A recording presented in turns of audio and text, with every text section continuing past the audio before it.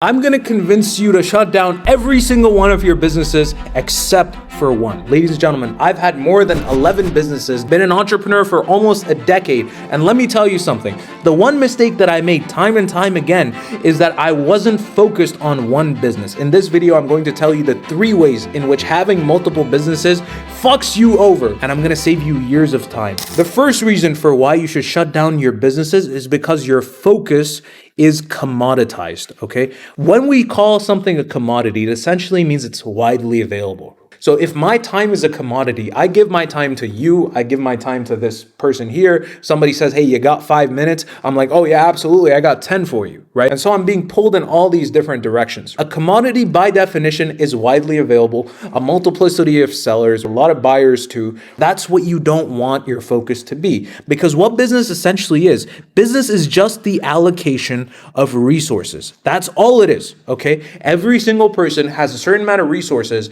Business, how much revenue you make, how much profit you make, depends on how you allocate those resources.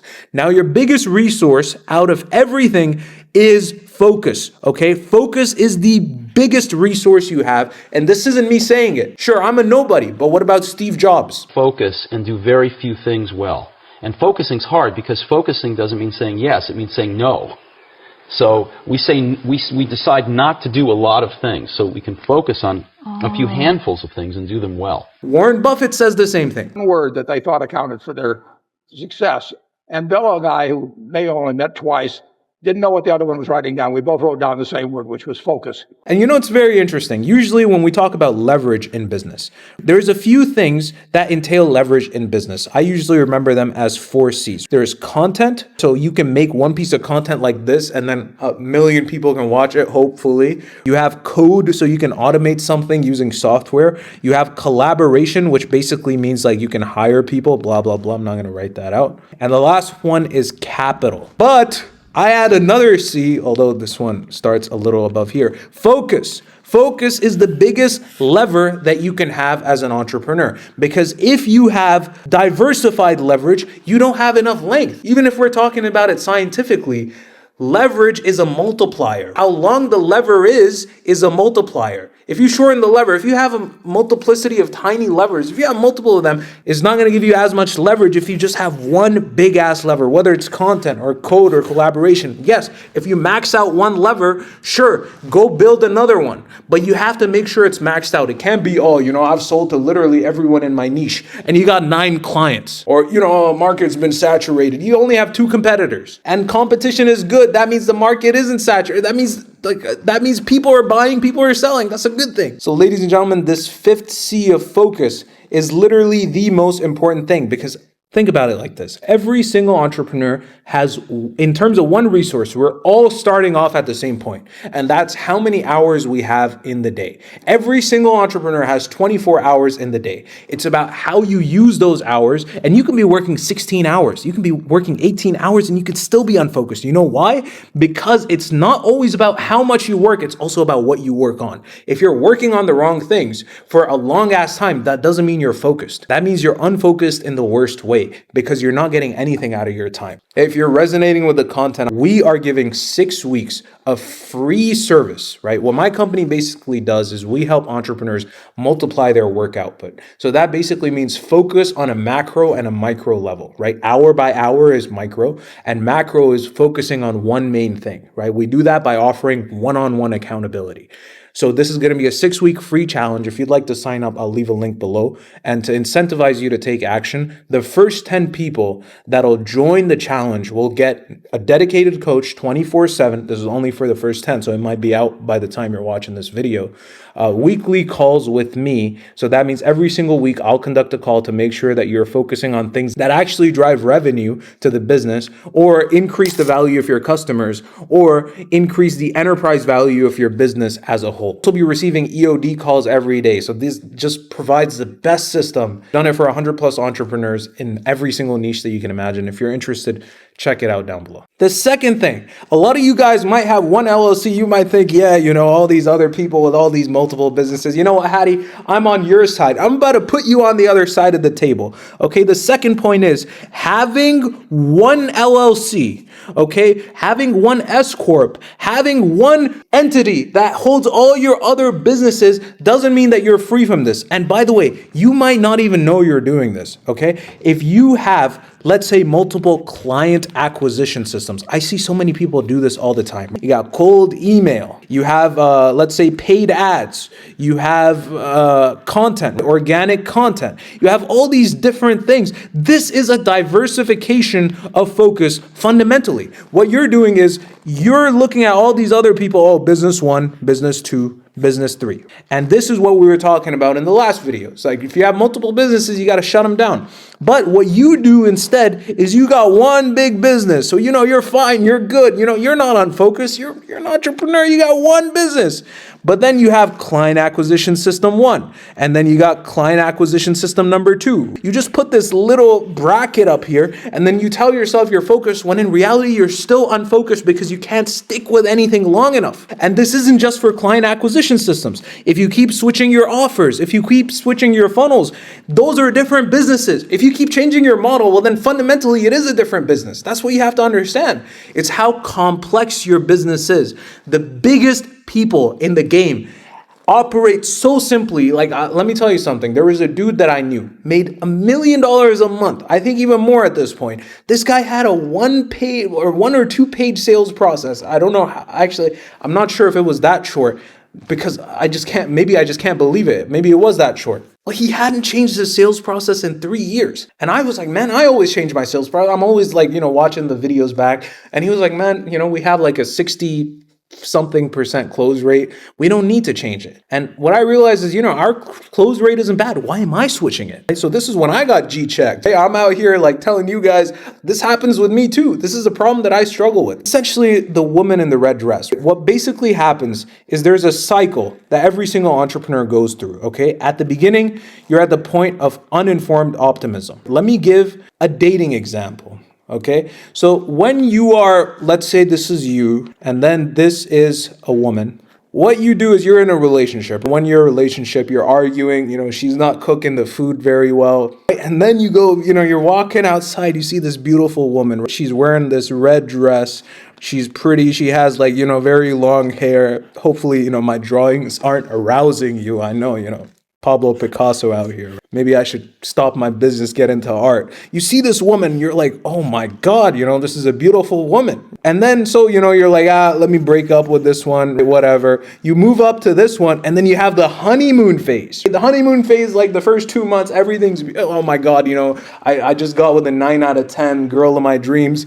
And then guess what? 1 year goes out, and you're still unhappy.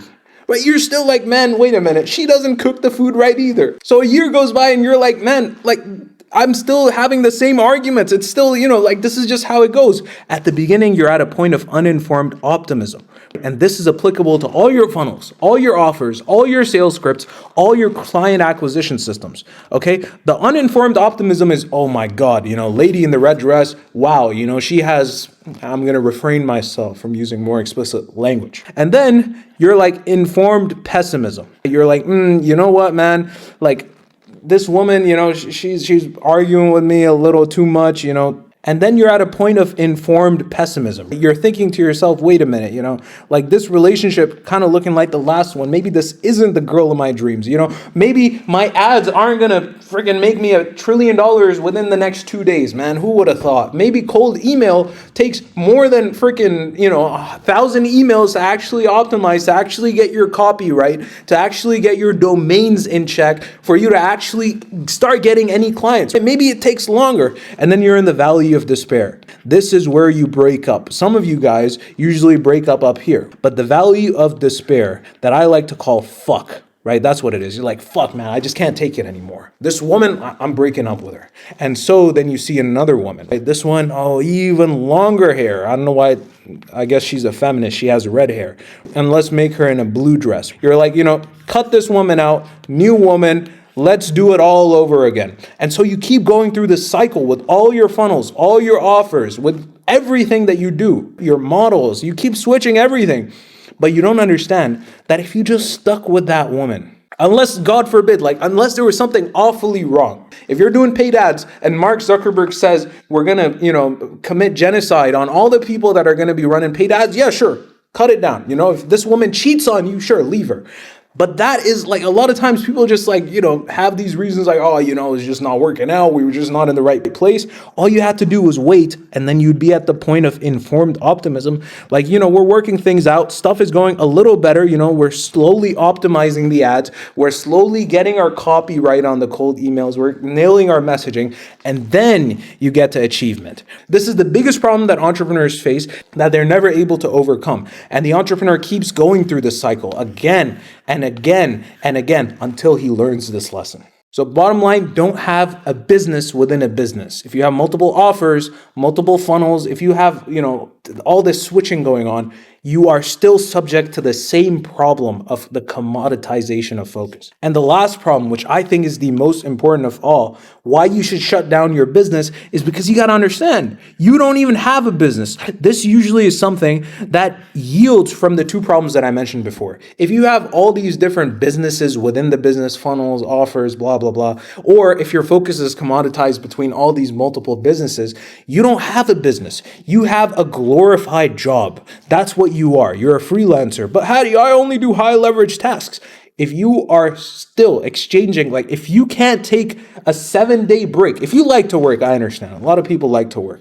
But you need to understand, if you can't take a vacation, if you can't take one, it's not about if you want to. If you can't take one, if everything would fall without you, that's a key man risk problem, obviously. But it's also a focus problem because you've overwhelmed yourself with so much. You have all these different things. You're balancing all these different plates. I don't know why I did the Indian dance. And now, as soon as you like move back to take a breath, like everything falls. And I've spoken to so many entrepreneurs. I've literally spoken to entrepreneurs that have told me they have heart palpitations because of how overwhelmed they are. Right? That's what's crazy, right? Is that if you do not have a control or a level of control over your time, you do not have the freedom that you started your business for. And this is the point. Everybody starts business. Everybody gets started in the game to get freedom. But the thing is, they forget as they go on. They get lost in the inputs, right? They get lost in the hours of working. They're like, the KPI. They keep chasing the KPIs if you're tracking them. If you're not tracking them, then track them. So I'm talking about a next level problem. Please track your KPIs. But the freedom that entrepreneurs start their businesses for, they eventually lose. They're enslaved by the prospect of their freedom. They keep chasing it again and again and again. They're like, just a little more, and then just a little more, just a little more. They're never able to get the freedom that they started their business for. And that's why you got to remember your why. Why did you do this to begin with? Did you do this to work 17 hours and still have the same revenue plateau that you've had for the last 3 years? Did you do this for your wife, for your kids, for your mother, for your father, for your family members, to be just never see you at the dinner table because you're so busy? But damn well, you just sit there. You're like, I don't know what to do because you got so much to do. There's absolutely no clarity. And you're sitting there, you're watching the videos, you're doing research, checking your email, checking Slack, work, communicating with your team. And then you're like, why am I not making money? I work so much. You don't work. The definition of work is output. Okay, yes, focus on the inputs. But if your inputs don't generate an output, if they don't generate an outcome, then you have absolutely no work done. You are not doing anything if you are not generating an outcome. And usually the reason why this happens is you're not focusing on hits, okay? Hits are highly impactful or highly important tasks of high impact or importance. So this task is as opposed to, so it's a hit versus a miss. And that's just me doing wordplay because I like to do that. But hits can only be categorized into 3 categories, okay? Either it gets more customers, okay? So you either get more customers from it, meaning you make more money, or you increase LTV, meaning your customers stay longer, or you increase the overall enterprise value of the business. This is a more tactical one. This is for people that are trying to exit their companies. If it doesn't get you more customers, doesn't increase the LTV, doesn't increase the enterprise value, it's not a hit, it's a miss. You're working on all these projects, and sometimes it's like you're prioritizing this thing that's going to increase the EV of the business, the enterprise value. Are you even going to sell the fucking business? Are you? Again, it's all about the why. Like, why are you doing it? Why were you in it? Why were you in the game to begin with? Why did you start the business? So you got this to-do list, right? Task number 1, task number 2, task number 3, task number 4. And so you were working your 16-hour days, right? It's about drive, it's about power. You're Dwayne The Rock fucking Johnson. Okay, 12-hour days, you're a fucking machine. Task number 1, check the email, check the email. Task number 2, communicate with the team. Yeah, that's work. Check Slack. And task number 4, oh my God, this is going to be crazy. This is going to be crazy, guys. Advertise.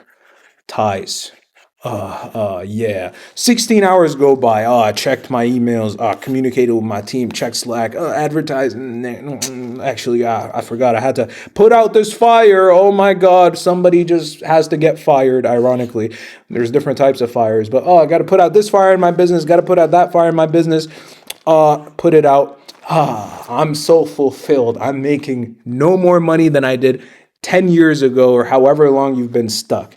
And then you're like, start all over again. But the question is, which one of these was actually going to make you money? Which one of these? Are you recording new creatives? Are you scripting your content? Are you doing this? Are you doing the one thing that's going to move your business forward? Where are these 16 hours going? Mr. I work a lot. Where the fuck are they going? And let me tell you something, right? I know I can be harsh sometimes. I do yell, but if you ever meet me in person, I'm a lot nicer, I promise. The reason why I'm so harsh is because these videos are essentially a way of me talking to myself. And as I told you before, I had 11 businesses, more depending on how you count. And this is a problem. This is a problem that I had for so long. I literally started my company, the company that took off, based on this principle: focus. It's hard to sell. Information is easy to sell. They tell you, new tactic, shiny object, sir. This is what you're missing. Please buy 10,000, 50,000, whatever. You're like, oh, wow, shiny object, the freaking hand of God right here, up. And you buy it. And you buy another one. Course. Mastermind. Right? LinkedIn course. Let's do it. Facebook ads course. Let's do it. Cold email course. 1, 2, 3 courses. Don't know where to go. I'm overwhelmed. 16-hour days. Revenue stagnation. This is how I was. Until I shut down everything and focus on the one thing that mattered most. First, it was shutting down the multiple businesses.